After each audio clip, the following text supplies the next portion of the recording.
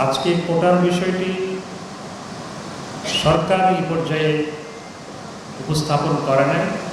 এটি হাইকোর্টে একজন সংক্ষুব্ধ ব্যক্তি মামলা করেছে। সেই কারণে হাইকোর্ট সরকারের যে প্রজ্ঞাপন কোটা পদ্ধতি বাতিল, সেটা বাতিল করেছে। আবার অ্যাপিলেট ডিভিশন হাইকোর্টের রায়ের স্থগিতাদেশ দিয়েছে। অর্থাৎ বর্তমানে স্থিতি অবস্থা বিরাজ করছে এবং হাইকোর্টের সুপ্রিম কোর্টে এটি নিষ্পত্তি না হওয়া পর্যন্ত সরকারের তো কোনো কিছু করার নাই আইনগতভাবে। সরকার যদি কিছু করতে যায় সেটি আদালত অবমাননা হবে, সংবিধান বিরোধী হবে। কিন্তু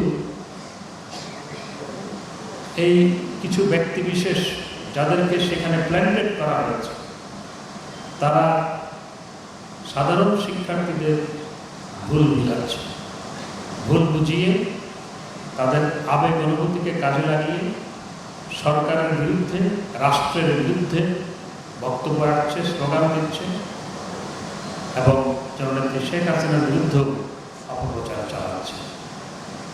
জননেত্রী শেখ হাসিনা সাম্প্রতিক সময়ে চীন থেকে সফর শেষ করে আসার পর তার যে প্রেস কনফারেন্স, সেখানে তিনি যে বক্তব্য দিয়েছেন সেটিকে বিকৃতভাবে উপস্থাপন করা হয়েছে। জননেত্রী শেখ হাসিনা সেখানে স্পষ্টভাবে বলেছেন, আদালতে যখন বিষয়টি বিচারাধীন তখন সরকারের পক্ষে এই ব্যাপারে কিছু করার নেই। আদালত যেভাবে নির্দেশনা দিবে সরকার সেই মোতাবেক সিদ্ধান্ত গ্রহণ। এটি যারা বুঝে না তারা আদালত অবমাননা করছে।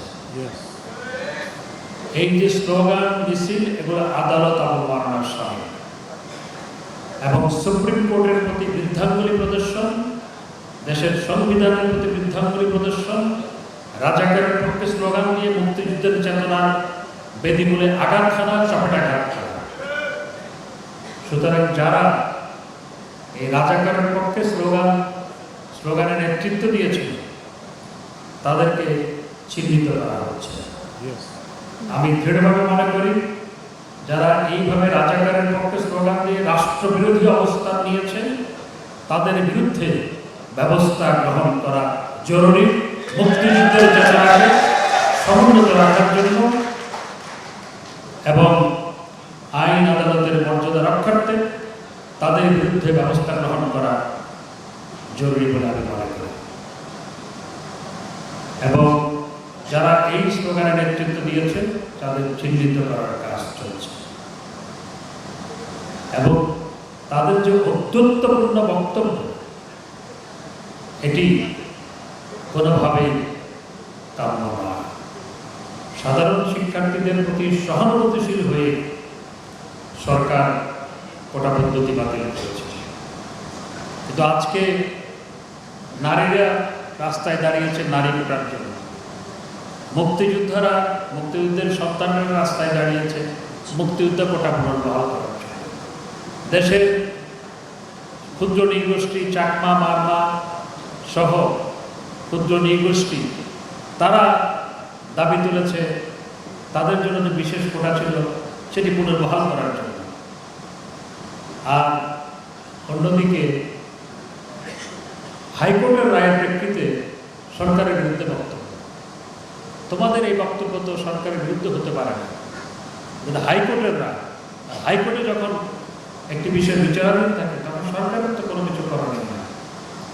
সুতরাং যারা এই রাজাকারের পক্ষে স্লোগান দিয়েছে, আমি মনে করি স্লোগানের নেতৃত্ব দিয়েছে, অন্তত যারা এই স্লোগানের নেতৃত্ব দিয়েছে আমি মনে করি তারা মুক্তিযুদ্ধের চেতনাকে ধারণ করে না। সুতরাং তাদেরকে চিহ্নিত করতে হবে, তাদের বিরুদ্ধে ব্যবস্থা গ্রহণ করতে হবে।